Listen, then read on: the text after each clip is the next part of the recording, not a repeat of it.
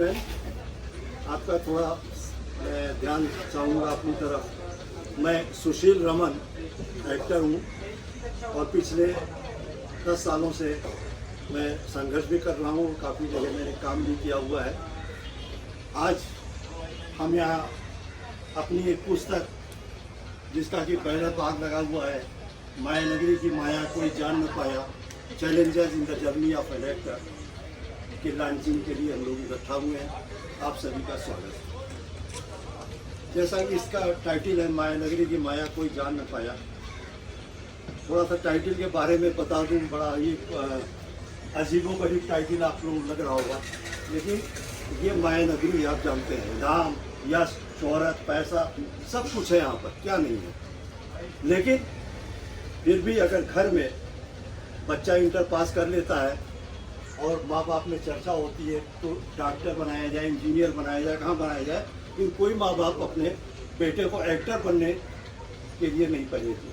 वो बात अलग है, बाद में बच्चा कहता है। ये है माया नगरी की माया। सब कुछ होते हुए भी कोई भेजना नहीं चाहता। डॉक्टर बनना है, MBBS कर लीजिए, इंजीनियर बनना है, टीचर कर लीजिए, लेकिन अगर एक्टर बनना है तो FTI करने के बाद, NSD करने के बाद भी कोई गारंटी नहीं कि आप एक्टर बन ही जाते हैं। ये है माया नगरी की माया। आपको काम मिल भी जाता है, आपको पैसा भी मिल गया, आपने 15-20 दिन शूट भी कर लिया, अच्छी पिक्चर है, आप बड़े खुश हैं कि हमारी पिक्चर रिलीज होने वाली है। पिक्चर आएगी, पिक्चर जब देखी तो आपने देखा कि आपका रोल बहुत सारा कट हो गया है, आप कहीं। ये है माया नगरी की माया। दोस्तों, बहुत सी चीज़ें इसे माया नगरी की माया बनाती हैं और जिसे कि कोई जान नहीं पाया कि क्यों हो रहा है। बहुत से NSD किए हुए लड़के बहुत अच्छे स्टार भी बन पाते हैं, उसी जगह बिना किसी कोर्स किए हुए एक सुपर स्टार। ये है माया नगरी की माया। तो बहुत ज़्यादा समय न देते हुए हम अपने अतिथियों से आपका परिचय करा दूं। ये आप हमारे साथ हैं श्री विष्णु शर्मा जी, जोरदार तालियों से इनका स्वागत कीजिए। ये बहुत ही सीनियर आर्टिस्ट हैं। आपने इनको महाभारत में जैसे सीरियल में देखा होगा, वासुदेव का किरदार कितना पॉपुलर हुआ था, जब वो सूट में लेकर के किशन को चलते थे, घर घर में देखा गया था और वो किरदार आपके द्वारा निभाया गया। ऐसे पुरोधर के लिए हम तालियां बनाएंगे।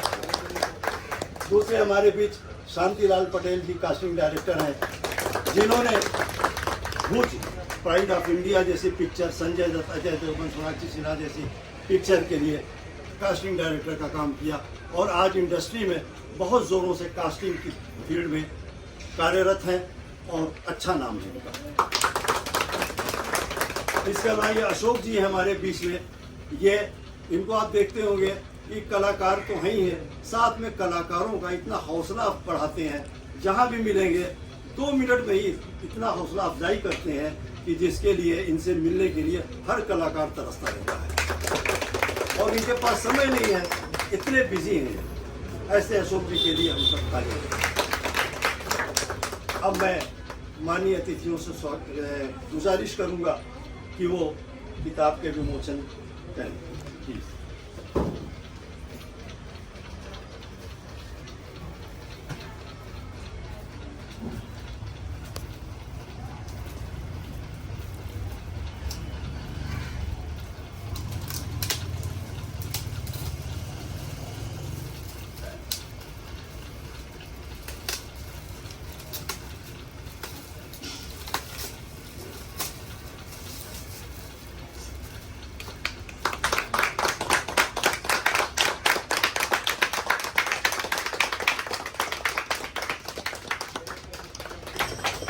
मैं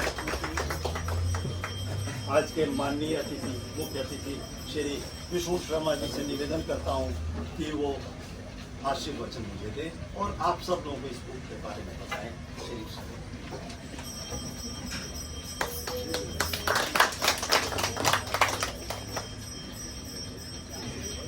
मैं 79 में मुंबई आया था, थिएटर का आदमी था और कोई जान पहचान नहीं, लेकिन एक चीज मेरे पास थी जिसको बेच के मैं आज भी खाता हूँ, मेरी आवाज।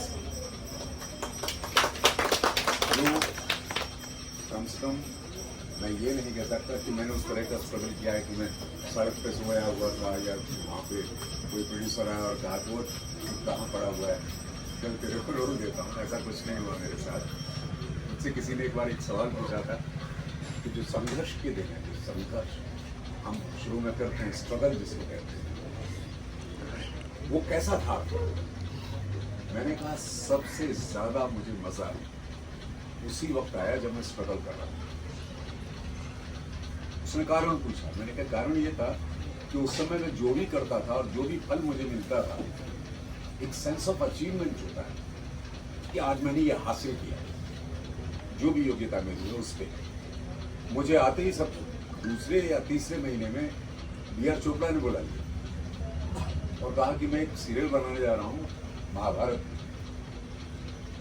और मुझसे डॉक्टर राजी मासूम राजा ने कहा है कि एक लड़का दिल्ली से आया हुआ है, विष्णु शर्मा उसका नाम है, तुम उसकी सहायता लो, इस विषय पर काम करना शुरू करो। तो पंडित नरेंद्र शर्मा उसको लिख रहे थे कि ऐसे कहाँ से चल के आपके पास चीज़ें आती हैं जो उन्होंने अपनी किताब में लिखी हैं। मैं अपना उदाहरण इसलिए दे रहा हूँ कि ये मैंने कभी सोचा ही नहीं था कि B.R. चोपड़ा उस वक्त बहुत बड़ा नाम था, आज भी है लेकिन इतना बड़ा नहीं। तो मुझे यकीन नहीं हो रहा था कि एक आदमी आया मेरे घर, फोन नहीं, मेरे पास फोन था ही नहीं, फोन बहुत दूर दूर हुआ करते थे उस समय, और फोन के लिए भी पैसे देने पड़ते थे कि भाई हमारा फोन आए तो हम ऐसे दे देंगे, आप हमारा मैसेज कर दीजिए। ऐसे में एक आदमी मेरे घर पे चल के आया और उसने कहा कि साहब आपने बुलाया, B.R. चोपड़ा ने बुलाया, और उन्होंने बताया हमारी मीटिंग हुई और काम हुआ। और बाद में फिर मैंने पूरा भाषा विभाग मेरे पास था, पूरा उच्चारण का जितना भी है ओरिजिनल महाभारत का मैंने किया। तो मैं बात ये कहना चाह रहा था कि वो जो बात जहाँ से शुरू हुई थी, इस सेंस ऑफ अचीवमेंट, हम बहुत जल्दी गिव अप कर दें या निराश हो जाएं या ड्रग्स की तरफ चले जाएं या फिर बैठे हुए पृथ्वी पे जाके फॉर नथिंग। अच्छी बात के लिए जाना चाहिए, वो नहीं आना चाहिए। इसमें एक सुशील ने बहुत अच्छी चीज़ें, कुछ चीज़ें ऐसी लिखी हुई है जहाँ ये पता चलता है कि आप गए किसी के पास और बहुत बड़ी आशा लेके गए, ये भी होता है कि आप कुछ भी नहीं सोच के गए और बहुत कुछ हो गया। अचानक ऐसा होता है, ये जो हमारे हाथ में नहीं है, लेकिन जो हमारे हाथ में है वो हमें जरूर करना चाहिए। और वो इस किताब में काफ़ी हद तक सुशील ने कवर किया है। मैं अपने अनुभव से ये कह सकता हूँ कि इस तरह की उपयोगी किताब मैंने तो कम से कम मेरी नज़रों से तो नहीं गुजरी हुई, तो हो सकता है कि आप लोगों के काम आए, आने ही चाहिए। तो मैं बहुत ज़्यादा नहीं बोलूँगा, बहुत प्रैक्टिकल बातें पटेल साहब बताएंगे, क्योंकि इनके पास बड़े बड़े धुरंधर आते हैं और ये उनको प्लेसमेंट करते हैं, कास्टिंग डायरेक्टर, तो ये बातें बताएंगे। लेकिन इन्होंने जो अपनी बातें इसमें लिखी हैं, डेफिनेटली वो व्यावहारिक तौर पर, प्रैक्टिकल तौर पे आपकी मदद जरूर करें। धन्यवाद।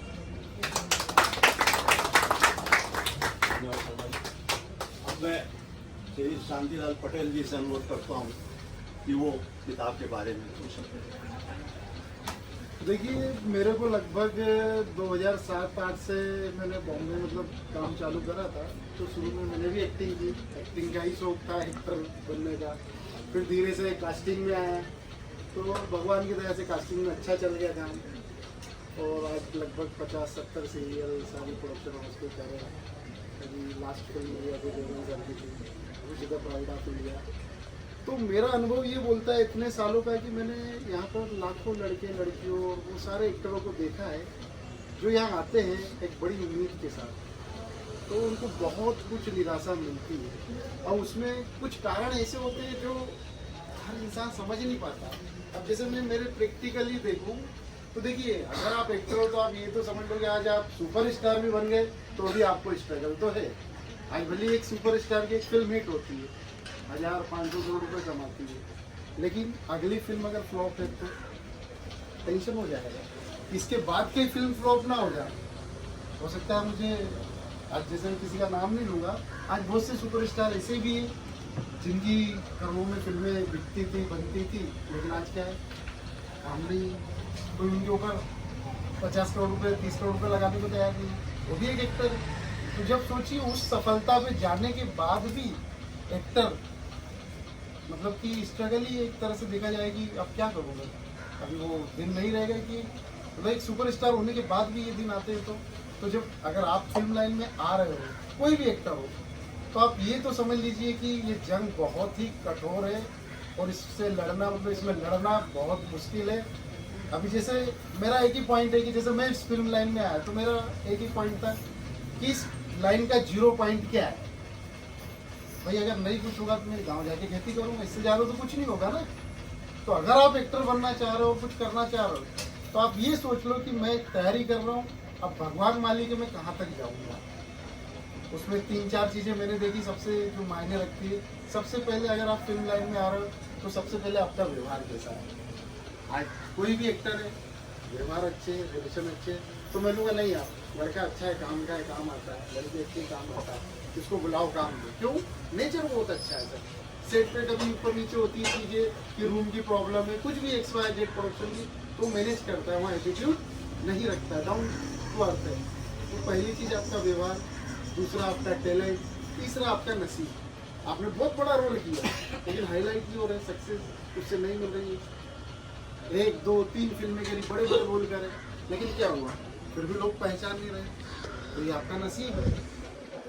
तो देखिए अगर आप फिल्म लाइन में कोई भी आज नए लड़के लड़कियां जो भी आना चाह रहे हो, तो एक चीज़ याद रखो, स्ट्रगल तो है, ये फिल्म लाइन एक जुआ है, बाकी समय बताएगा कि उस जुए में आप कहाँ तक जंग जीत रहे हो। आप बड़े बड़े काम करके भी घर बैठते हो, या फिर भगवान ने चाहा तो कभी कभी छोटा सा काम भी हाईलाइट होता है, रातों रात आपका नाम हो जाता है, लोग आपको आपके नाम से, आपके काम से, छोटे से रोल से जानने लगते हैं।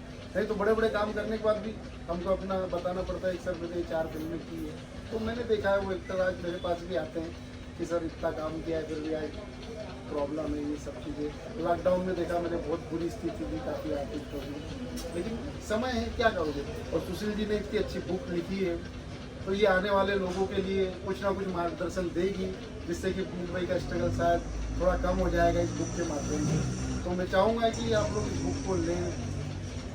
सुशील जी का 10 साल का अनुभव जो इसमें 15 साल का, उसको आप जाने कि यार एक एक्टर ने इतनी मेहनत की है, इतनी अच्छी बुक लिखी है, तो कुछ तो उसमें सीखने को मिलेगा।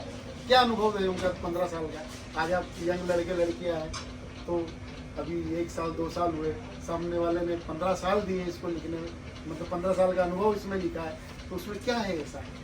चलो एक बार पढ़ के देखते हैं, शायद कुछ हमारे लिए रास्ते आसान हो जाए। तो फिल्म लाइन में आ रहा हो तो एक चीज़ याद रखो कि अगर कुछ नहीं होगा तो मैं क्या करूँगा।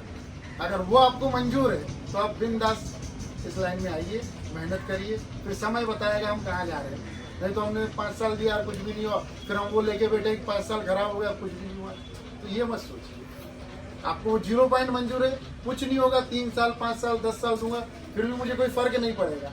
बन गया तो बन गया, नहीं तो भगवान मालिक। वो चीज़ अगर आप एक्सेप्ट करते हो, कभी दिमाग में टेंशन मत लो।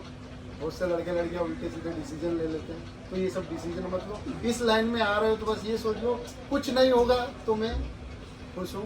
मैं ज़्यादा से ज़्यादा अपना शौक था, 5 साल 2 साल 10 साल दिए, शौक पूरा करा। अब मेरे को लाइफ में जो करना है वो मैं करूँगा। बहुत से लोग 10-10 साल 20-20 साल ज़िंदगी निकल जाती है, चल रही है गाड़ी बस, तो उसमें भी आप खुश रहिए। शौक है, लाइफ है, इंजॉय कर रहे हैं, शौक पूरा कर रहे हैं, तो ये टेंशन कभी मत लीजिए। और देखिए सर ने एक बुक लिखी है आप लोगों के लिए, मेहनत की इतने, तो मैं चाहूँगा कि आप इसको एक बार पढ़ें इस बुक को और देखें कि कैसा है। और अगर किसी को कोई मन में डाउट आ रहा है और फिल्म लाइन से कि उसका जवाब मैं दे सकता हूँ तो पूछ सकता है मेरे से।